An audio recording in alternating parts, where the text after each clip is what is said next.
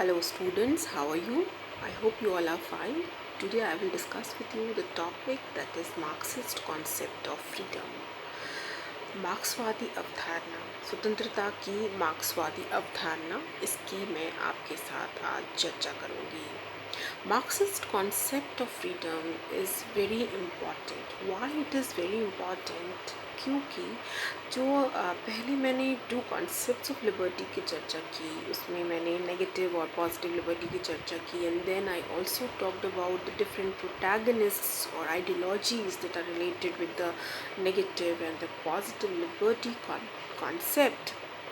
And then after starting the liberal ideas of the liberty का जो context है liberal scholars को पढ़ने के बाद हम जब मार्क्सिस्ट अंडरस्टैंडिंग में फ्रीडम को समझते हैं तो कई बार फ्रीडम को मार्क्सिस्ट अंडरस्टैंडिंग के अंदर कहा जाता है ह्यूमनिस्ट कंसेप्ट ऑफ फ्रीडम. तो students, what exactly is humanist concept of freedom? क्यों कहते हैं ह्यूमनिस्ट कॉन्सेप्ट ऑफ फ्रीडम? क्या मार्क्स ने अपनी जो फ्रीडम की जो अवधारणा है उसमें उन्होंने सिर्फ ह्यूमन इश्यूज़ के बारे में चर्चा की है या ह्यूमैनिटी से रिलेट किया है? What exactly is? तो कई बार स्टूडेंट्स कंफ्यूज होते हैं. एग्ज़ाम में क्वेश्चन हमेशा ये एक रहता ही रहता है कि discuss the Marxist concept of freedom.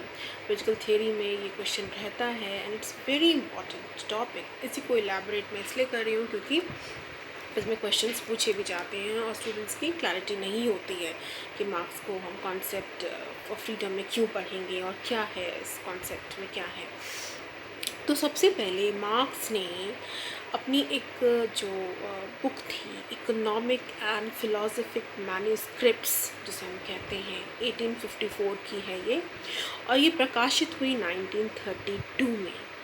Karl Marx, जिसे हम बहुत बड़े सोशियोलॉजिस्ट और पॉलिटिकल साइंटिस्ट भी कहते हैं, इन्होंने एक बहुत बड़ा फाउंडेशन नींव रखा फ्रीडम का.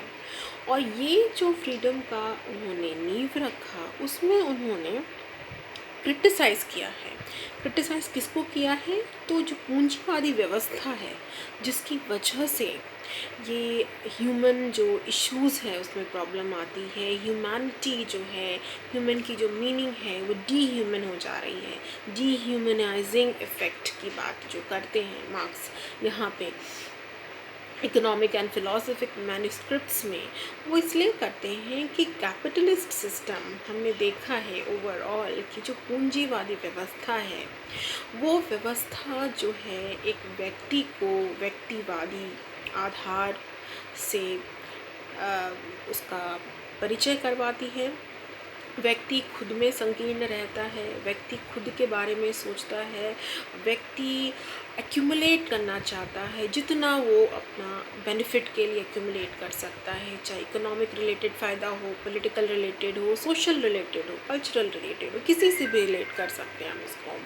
तो यहाँ पे वो डीह्यूमनाइजिंग इफ़ेक्ट के संदर्भ में कहते हैं कि जो कैपिटलिस्ट सिस्टम है उसने प्रोडक्टिव कैपेसिटी जो है, एक्टिविटी जो है ह्यूमन की, मैन की, सिर्फ केवल वो वर्कर को नहीं देख रहे हैं, उसने क्या किया है उसकी प्रोडक्टिव एक्टिविटी ऑफ मैन को उसने डिफॉर्म कर दिया है. उस एक्टिविटी को करने की उस व्यक्ति के अंदर, वर्कर के अंदर वो क्षमता ख़त्म हो जाती है धीरे धीरे. और ये क्षमता, ये जो ह्यूमनिस्टिक जो आइडिया है, और वो एकदम मशीन की तरह सोचने लग जाता है कि एकदम स्टार्ट एमसीक्यू की तरह येस और नो में आंसर देना है. कोई बीच का रास्ता नहीं है आपके पास जिसमें आप डिस्क्रिप्टिव हो सकते हो, अपनी बातों को व्यक्त कर सकते हो. तो जब हम क्रिएटिव नहीं हो सकते, जब हम जो काम कर रहे हैं, जो हम सरप्लस लेबर दे रहे हैं कैपिटलिस्ट को, और उसके जो अगर हम फैक्टर्स ऑफ प्रोडक्शन और जो गुड्स एंड सर्विसेज में जब हम कंट्रीब्यूट कर रहे हैं और हमें कोई उसके लिए क्रेडिट नहीं मिल रहा, रिवॉर्ड नहीं मिल रहा, और उसके इकोनॉमिक तो नहीं मिल रहा है, और उसके बदले में हमें इतनी प्रताड़ना मिल रही है, हम मेंटली अपसेट हो रहे हैं क्योंकि एक जो सिस्टम है उसने हमें जो है रिवॉर्ड नहीं दे के, एक्नॉलेज नहीं करके हमारे अंदर जो क्षमता है उसको धीरे धीरे कम कर दिया है। और जो फ्रीडम की हम बात करते हैं, फ्रीडम हम तब एक्सरसाइज करते हैं स्टूडेंट्स रियली जब हमें एम्पावरमेंट होता है, हमारी कैपेबिलिटी को रिकग्नाइज किया जाता है। अगर अमर्त्य सेन की आइडियोलॉजी को देखें तो डेवलपमेंट की बात करते हैं, डेवलपमेंट एज फ्रीडम। मार्क्सिज्म के कॉन्सेप्ट में लिबरल कॉन्टेक्स्ट से नहीं देखा गया, क्योंकि मार्क्सिस्ट क्रिटिक है लिबरल आइडियोलॉजी के, कैपिटलिज्म सिस्टम के, बुर्जुआ जो आधार है उसकी पूरी वो आलोचना करते हैं। वो कहते हैं कि ये जो कैपिटलिस्ट सिस्टम है इसने इतना ज़्यादा डीह्यूमन कर दिया है व्यक्ति को, क्लास को और वर्कर्स को, कि इसकी वजह से एक कॉन्सेप्ट इमर्ज करके आया जो बहुत इम्पॉर्टेंट है। और वो कॉन्सेप्ट है एलिनिएशन का, अलगाववाद का कॉन्सेप्ट। अलगाववाद क्या कहता है? अलगाववाद कहता है कि एक व्यक्ति जो है इस सिस्टम में इसलिए अलग फील करने लगता है, एलिनिएटेड फील करने लगता है। सबसे पहले तो वो किससे एलिनिएट फील करता है? अपनी प्रोडक्ट से। जो प्रोडक्ट जो चीज़ पे वो काम कर रहा है, जो उसकी उपज है, जो उसका प्रोसेस है, जो वर्क प्रोसेस है, उससे वो अपने आप को अलग फील करने लगता है, डिपार्टेड फील करने लगता है। मतलब वो अपने आप को एसोसिएट नहीं कर पाता। इनोवेटिव जो उसके आइडियाज़ हैं वो धीरे धीरे कम होने लग जाते हैं, क्योंकि जो उसका प्रोडक्ट है। फॉर एग्ज़ाम्पल, आज मैं आपके सामने पॉलिटिकल थियरी में फ्रीडम पे बोल रही हूँ, और मुझे लगता है कि फ्रीडम पे जो मैं यहाँ पे आपके सामने अपनी बातें व्यक्त कर रही हूँ, इसमें मैं बहुत इनोवेटिव हो रही हूँ, इस पर बहुत ज़्यादा नई आधारों को डिस्कस कर रही हूँ। और जब मुझे कभी ऐसा लगेगा कि जो मैं डिस्कस कर रही हूँ इसका कोई फ़ायदा नहीं है और मैं अपने आप से इसको रिलेट नहीं कर पाऊँगी, और मैं इसको देखने लगूँगी कि जो मैं कर रही हूँ बहुत ही मैकेनिकल है, और किसी ने मुझे इम्पोज किया है ऐसा करने के लिए, या मैं पैसे के लिए कर रही हूँ, जो भी XYZ, तो वो धीरे धीरे मुझे उससे जो मेरा मन है अलग होने लग जाएगा। यहाँ पे अलगाववाद का मतलब है अलग हो जाना, अपने आप को, अपनी पैशन को, अपने व्यूज़ को धीरे धीरे उससे अलग कर देना। ये यहाँ पे प्रोडक्ट की बात पहली तो वो करते हैं। दूसरा वो कहते हैं कि man is alienated from nature. Nature मतलब प्रकृति। प्रकृति ने हमें इतनी सारी जो रिसोर्सेज हैं, संसाधन हैं, हमें प्रकृति ने लाइफ दिया, हमें प्रकृति ने लाइवलीहुड दिया, हमें प्रकृति ने फ्रेश एयर दी, हमें प्रकृति ने बहुत कुछ दिया। यहाँ पे प्रकृति से मतलब है कि जब हम क्रिएटिव होते हैं, जब हम मैकेनिकल नहीं होते, हम क्रिएटिव तरीके से अपने काम को करते हैं। और मैकेनाइजेशन के अंदर क्या होता है, जब आपको एक सिर्फ मशीन की तरह समझा जाएगा और आपको कोई भी उसके लिए इनपुट जो आप वर्क कर रहे हो उसके लिए कोई रिकग्निशन नहीं है, कोई रिवॉर्ड्स नहीं है, तो आप चाहे जितना भी काम कर लो, धीरे धीरे वो काम से आपका मन हट जाता है और आपको लगता है क्या फ़ायदा, और हम डिप्रेशन में भी चले जाते हैं, अपने आप को अलग फील करने लगते हैं, सेल्फ को अलग कर देते हैं बिल से। तो पहला तो वो बोलते हैं प्रोडक्ट से एलिनेशन होता है। दूसरा नेचर से, जिस हम वातावरण में काम कर रहे हैं, जो फैमिली का वातावरण होगा, जो हमारे आसपास जो लोग होंगे, जो वातावरण, उससे भी हम अपने आप को अलग कर लेते हैं, क्योंकि एक रूटीनाइज जो प्रक्रिया में हम ये काम करते हैं, और इसीलिए वो बहुत ज़्यादा मोनोटोनस हो जाते हैं। We want to get out of that. तो that is the reason that alienation, Marx talks about alienation from product, Marx talks about alienation from nature, then Marx also talks about alienation from man, from his self.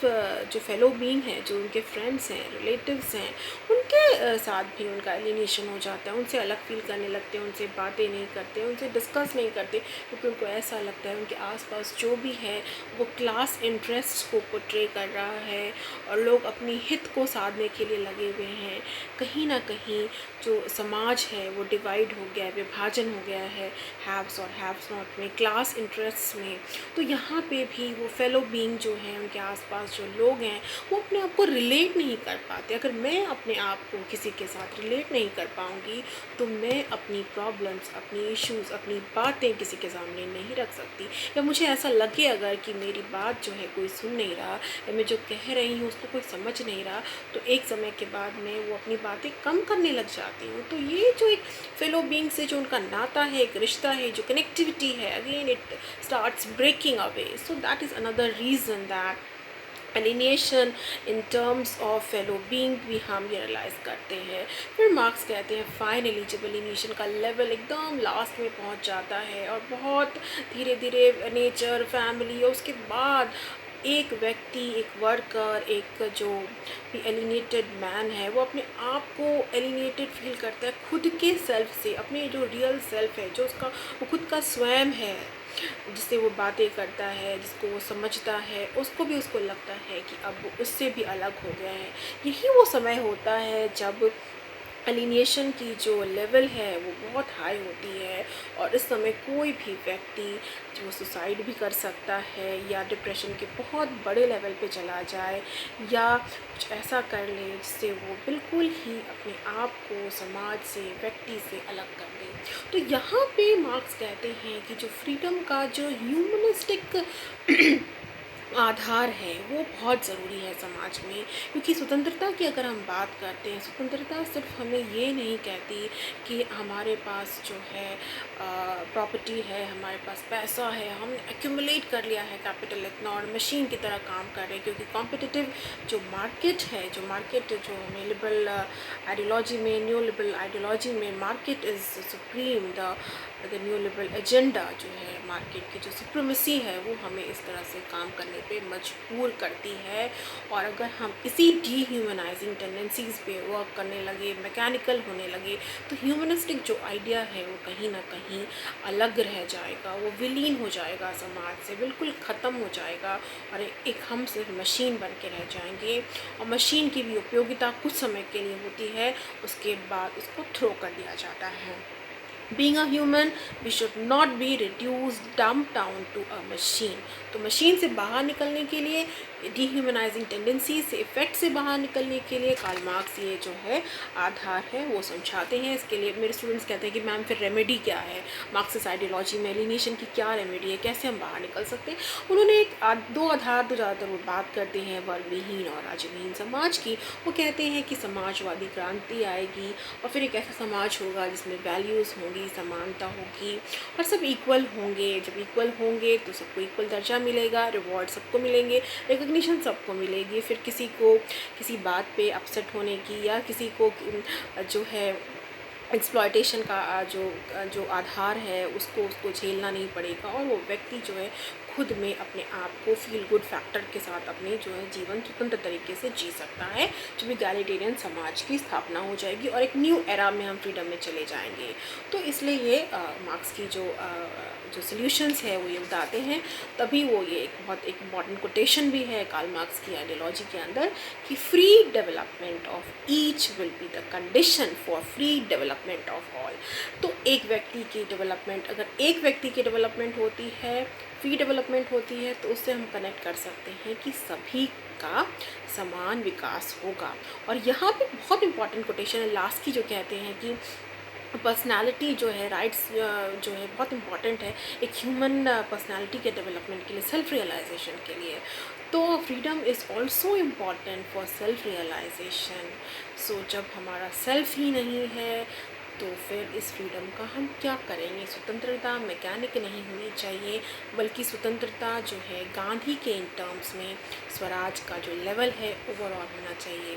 तो इसीलिए substantive जो आधार है freedom की वो marks बोलते हैं। वो कहते हैं कि सिर्फ और सिर्फ जो है हम उसको मार्केट के संदर्भों में ही सीमित करके नहीं देख सकते। So students, I hope you got my points.